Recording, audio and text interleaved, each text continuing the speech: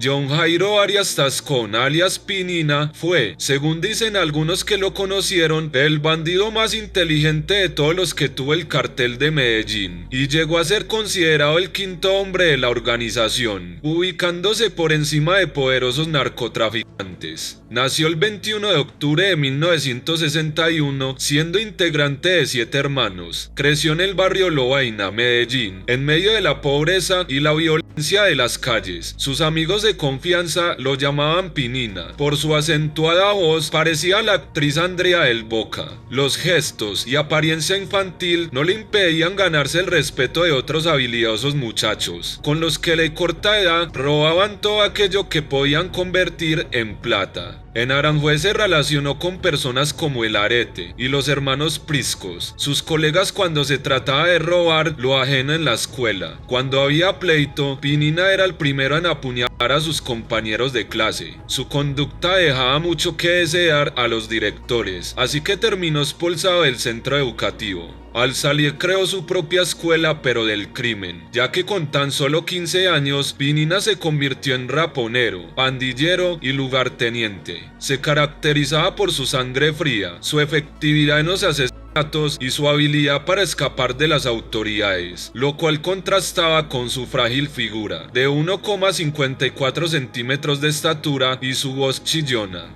Que la Virgencita me lo proteja, solía decirle su madre, a quien le encomendó de por vida cuando dejó la escuela, tomó la calle y formó pandilla. La primera vez que la Virgencita le falló fue a parar a la cárcel, aunque por poco tiempo. Ya para ese momento era el lugarteniente más famoso de la comuna nororiental. En esos días la vida le cambiaría, pues luego de robarle al propio Pablo Escobar, conoció a un bandido de Manrique, el Flaco Calavera, quien lo estaba buscando por lo sucedido. Su sorpresa sería grande cuando el capo decidió reclutarlo. Pinina empezó como maletero y mensajero, se encargaba de los asuntos más principales del capo, llevar y traer a sus otras mujeres. Sin embargo, pronto probaría sus habilidades cuando el M-19 decidió secuestrar a los capos y a sus familias, y como mando medio del grupo Más, Muerte a Secuestradores, capturó a varios comandantes y puso en práctica los más crueles métodos de tortura, que nunca abandonó. Al igual que Escobar y el mexicano, aprendió la efectividad de la violencia.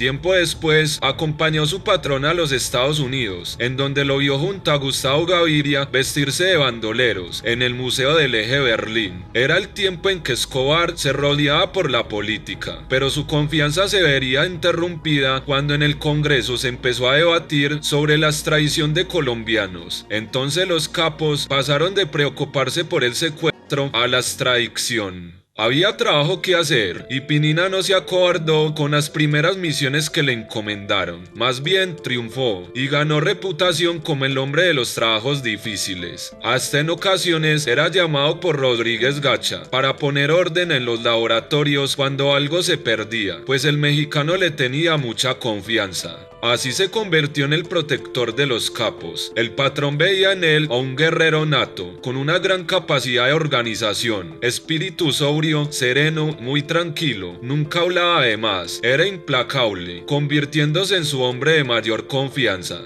Por eso le encargó controlar las oficinas del crimen en Medellín. Allí armaba toda la estructura sicarial de bandas. Era la conexión directa entre los pistoleros, quienes lo respetaban y seguían. Fue así que junto al Chopo y el Negro Pavón organizó decenas de bandas, como los Priscos, los Quesitos, los Panditos, los Rilleles, la Ramada, los Llanos, los Helechos, junto a Tato Avendaño, entre otros, que conformaron el brazo militar del cartel de Medellín. Además, con cientos de paramilitares del mexicano. Cuando el ministro Rodrigo Lara amenazó con acabar aquel imperio, Pinina diseñó el plan para terminar con su vida. A trágica noche del 30 de agosto de 1984. Tras el magnicidio, la policía buscaba rastrear a Franco Naranjo, como se hacía llamar. Pinina, para eliminar pruebas en su contra, ordenó silenciar a la novia de Darío Guisado, asesino de Lara, a quien la justicia había contactado. Después de este suceso, se fue a Panamá con su patrón.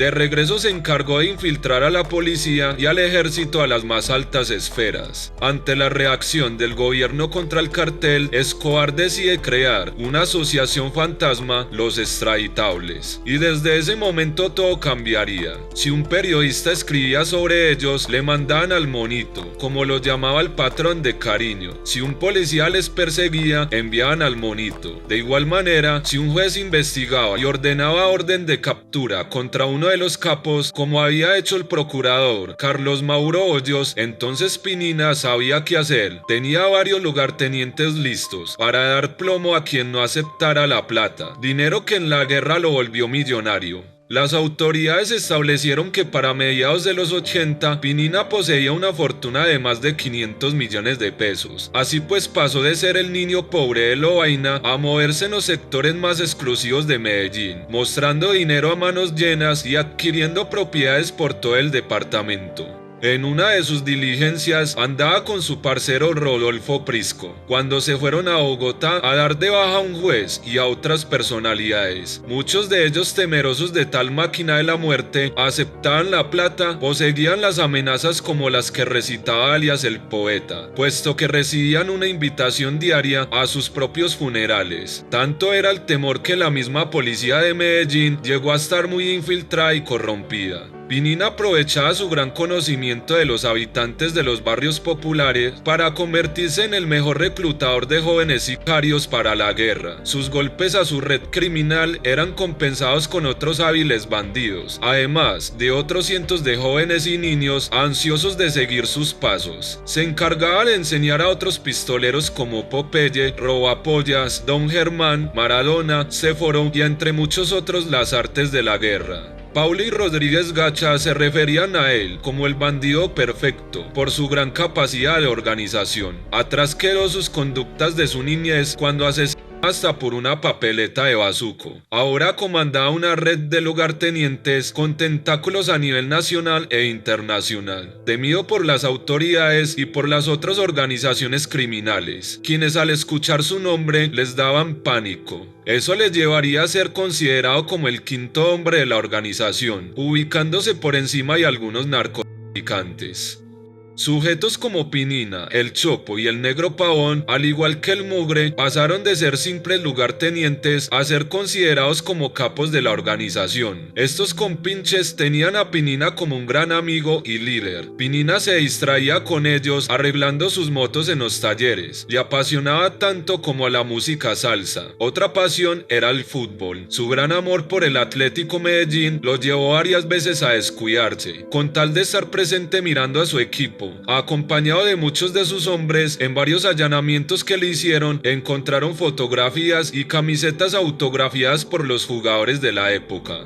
Pavón, Pinina y Chiruza, mano derecha de Pinina, se ganaban fácilmente la amistad de los demás delincuentes, pero cuando el Negro Pavón se enteró que su amigo alias Piña, trabajador de Pacho Herrera, uno de los líderes del cartel de Cali, a quien había apoyado, dio de baja a su hermano y le robó a su mujer e intentó matarlo. Este recurrió a sus amigos. Paulo, que siempre se la jugaba por sus lugartenientes, intentó vengar la ofensa y pidió que le entregaran al Piña, el cual Pacho se negó, y sabiendo lo que le esperaba, el cartel de Cali intentó eliminar a Escobar. En enero de 1988, el Indio y el Pecoso, hombres de Pacho, veían los movimientos de la familia de Paulo en el edificio Mónaco, desde una residencia cercana a la vivienda. Confundieron a Escobar con Fernando, una hermana de su esposa, y dieron la orden de detonar el carro bomba que estaba previsto. Tras lo ocurrido, Pinina logró capturar a los responsables, a el Indio y el Pecoso, los torturó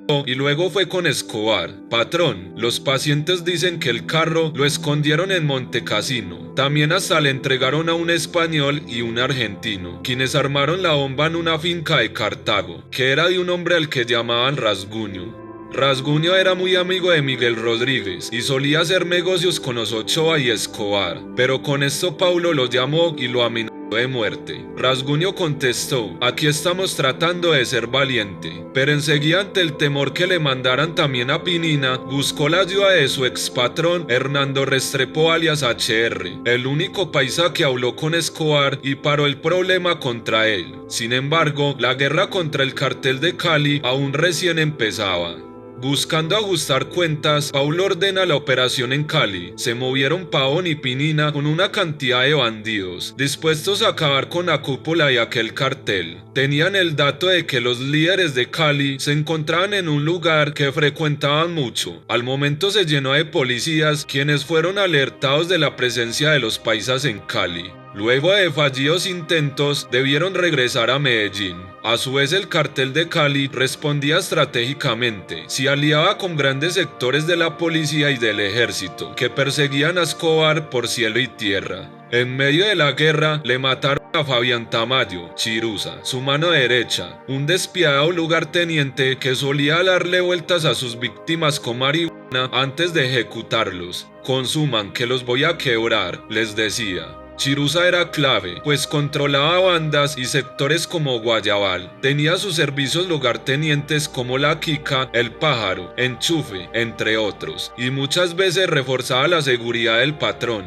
Incluso oficiales de la policía a su servicio también le informaban de los operativos. Chiruza también era cercano a los jefes del cartel de Cali, a quienes les brindaba seguridad cuando estos y el patrón eran amigos. Aparentemente fue abordado por un grupo del F2, quienes le tomaron fotos al cuerpo y las repartieron por todo Medellín. Para buscar al culpable, Pinina interrogó a varios discípulos de Chiruza, junto a Giovanni Lopera, la modelo, quien se convirtió en su nuevo ladero. Llegaron a la conclusión de que los caleños le pagaron al F2 para vengarse. Entendían que Chiruza los había vendido.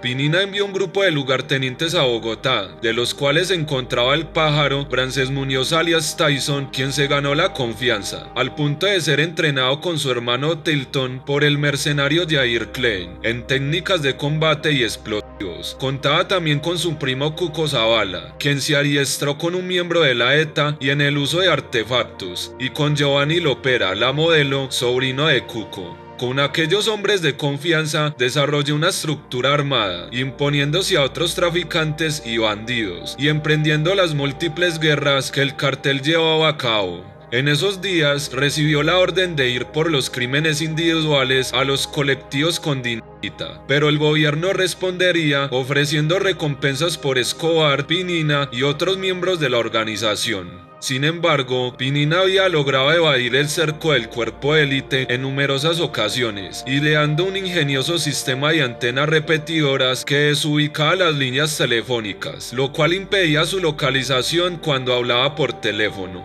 Sus conversaciones telefónicas eran siempre bastante cautelosas, pues hablaba siempre de hechos del pasado como: vea, ¿usted se acuerda cuando estábamos niños, la casa esa donde íbamos a tomar jugos? ¿Se acuerda? Bueno, ahí nos vemos. O vea, ¿se acuerda usted esa novia que usted tuvo por el barrio? Ahí en la cuadra de ella nos encontramos. Tras varios allanamientos, los extraditables encontraron que el coronel Valdemar Quintero era incomparable, así que lo pusieron en la lista negra, al igual que a Luis Carlos Galán, quien insistía en la extradición, el cual intentaron darle de baja varias veces. Como en una ocasión, alias Pasquín junto a otro lugarteniente confundieron al coronel y mataron al gobernador de Antioquia con un carro bomba.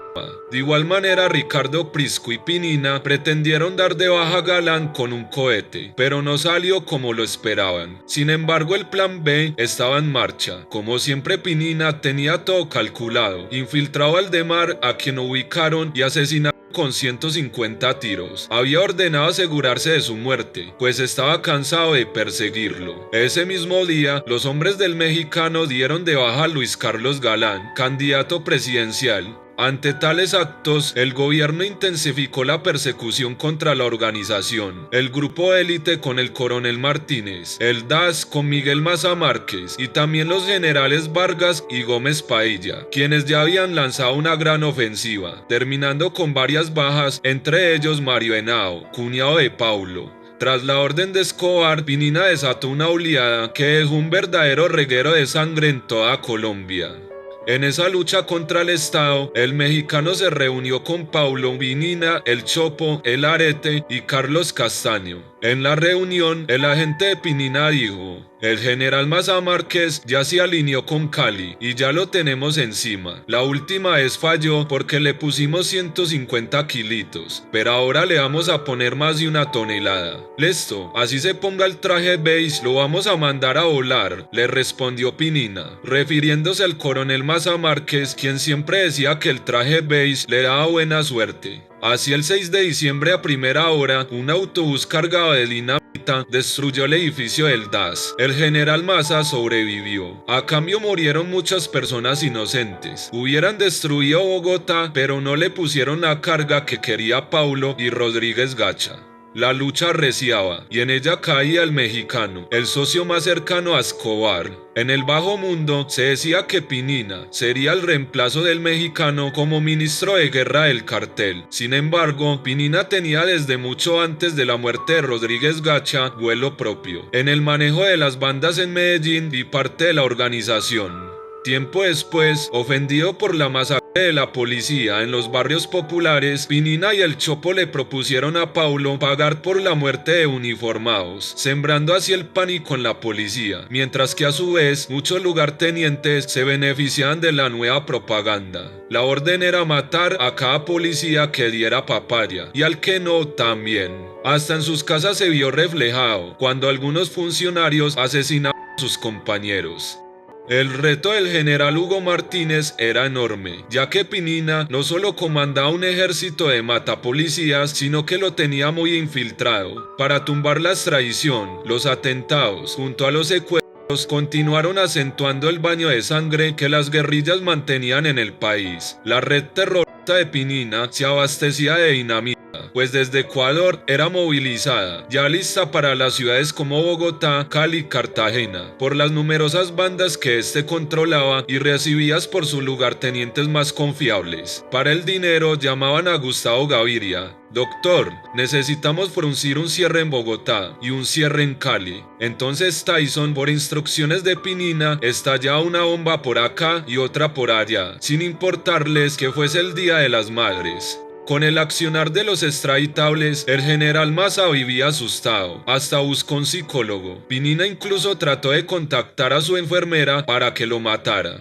Otro que vivía tarado era el general Hugo Martínez, quien luego de un allanamiento a una casa del Mugre lograron interceptar las comunicaciones de Pinina. Entonces supieron que estaría en Envigado visitando unos familiares y decidieron armar el operativo para detenerlo. Sin embargo, Pinina recibió una llamada. «Oiga usted, ¿dónde está?», le preguntaron. «Por acá llegando al supermercado. Mire, regrese y pase por el lado del carro azul, cerca del resalte en la esquina y abajo. Esa gente va a ser de aquella», le dijeron. «Si esa gente es, vamos a montarla». Pinina, tras dar la vuelta, comenzó a hacer llamadas y a dar instrucciones. Reunían 10 minutos a unos 60 hombres con fusiles. «Están armando una vuelta contra ustedes, cambien de sitio», advirtió el general por radio a sus hombres. Cambiaron de sitio y al momento escuchó: «Están en la esquina de arriba, vamos a darles». Al ver a sus hombres rodeados, el general asustado les ordenó que se retiraran. El élite siguió persiguiendo al monito, lo ubicaron en una finca en la Estrella, pero ya no estaba. Para ese momento, Pinina se había metido en un mano a mano con el general y, acostumbrado a disparar primero, lo mandó a matar con un policía que tenía en la escuela. Pero este vaciló, intentó también envenenarlos, pero no fue suficiente.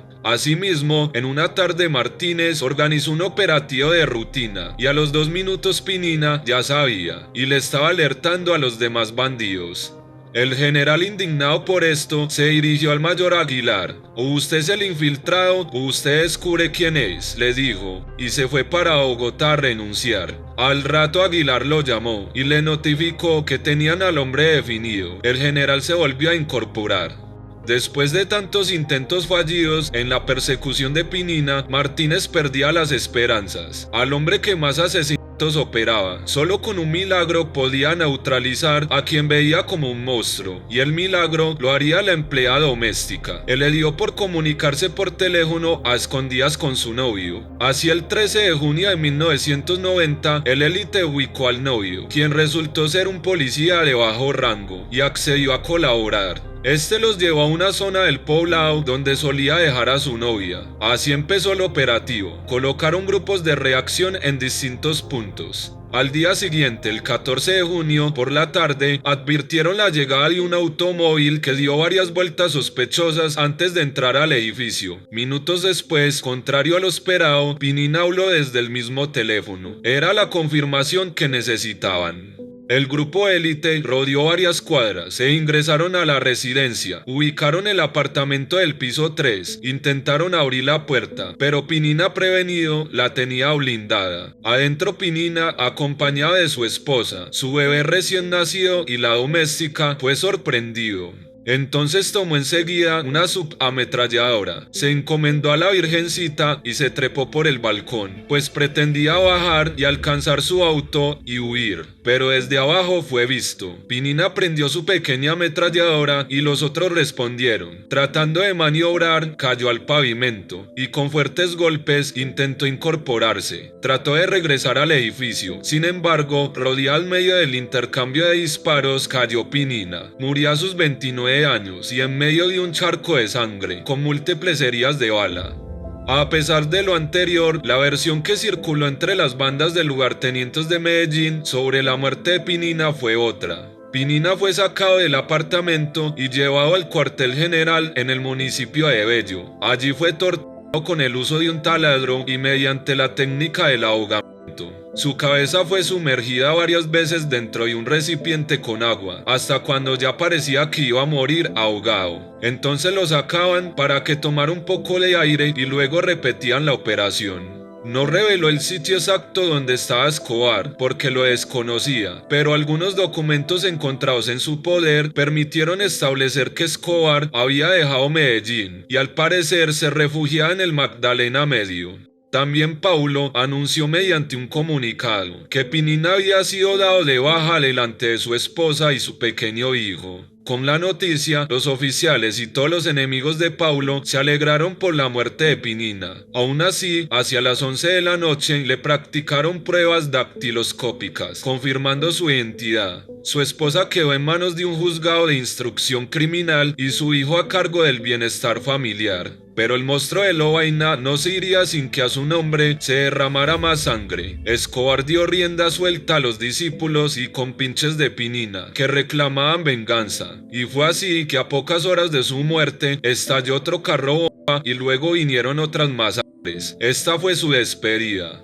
Días después, Paulo recibió unas fotos donde se veía a Pinina caminando herido, con varios agentes que lo conducían a un automóvil. La policía criminal y asesina juega siempre sucio, dijo dolido cuando lo recordaba. La muerte de Pinina significó uno de los más fuertes golpes contra el cartel de Medellín, pues se había erigido en el más eficaz y respetado pistolero de la organización, a tal punto que el general Miguel Maza Márquez, gran enemigo de Pablo Escobar, llegó a afirmar que la caída de Pinina tenía la misma dimensión que una eventual muerte del capo. Mientras tanto, las autoridades pensaron haberle dado el golpe final al capo creyéndolo vulnerable, pero ya el cartel era un monstruo de 1000 cabezas, con numerosos jefes militares, capaces de hacer igual o mayor daño que el terrible Pinina. Entre ellos Giovanni Lopera la Modelo, considerado ni más ni menos que su sucesor, además del Chopo, Tyson y el Arete que siguieron con aquella guerra. Pinina tenía toda la confianza de Escobar, de su familia y amigos, a quienes protegía. No todo era guerra. El hijo de Paulo lo consideraba un amigo, al igual que los más grandes criminales de la ciudad. Con el sicariato y el terrorismo hizo una fortuna y sacó a su familia de la pobreza. La mafia le dio todo y también le quitó todo. Al morir Pinina, era dueño de una inmensa fortuna, amasada durante los 10 años en los que sirvió a Escobar. Sus propiedades, apartamentos en el poblado y fincas en las zonas periféricas de los municipios de La Estrella, Caldas y Río Negro, su dinero en el banco manejados por una cadena de testaferros, sumaban un capital cercano a los $2 millones. Fue sepultado en el cementerio central de Envigado, al lado de su madre, Ana Livia Tascón Ruiz, quien falleció en 2021, y se encuentra en la misma lápida que Pinina. Después de la muerte de Pinina, se supo muy poco de su vida. Solo se sabe que su esposa se llama Aliana Gómez Moreno, de 19 años, que estuvo presente en el incidente de su muerte al lado de su hijo de 6 meses. Recuerden suscribirse y darle a la campanita para que sigan recibiendo notificaciones cuando subimos un video. Subimos videos todos los días. Si te gustó el video, dale manito arriba, así ayudas a que otras personas vean nuestro contenido. Hasta el próximo video.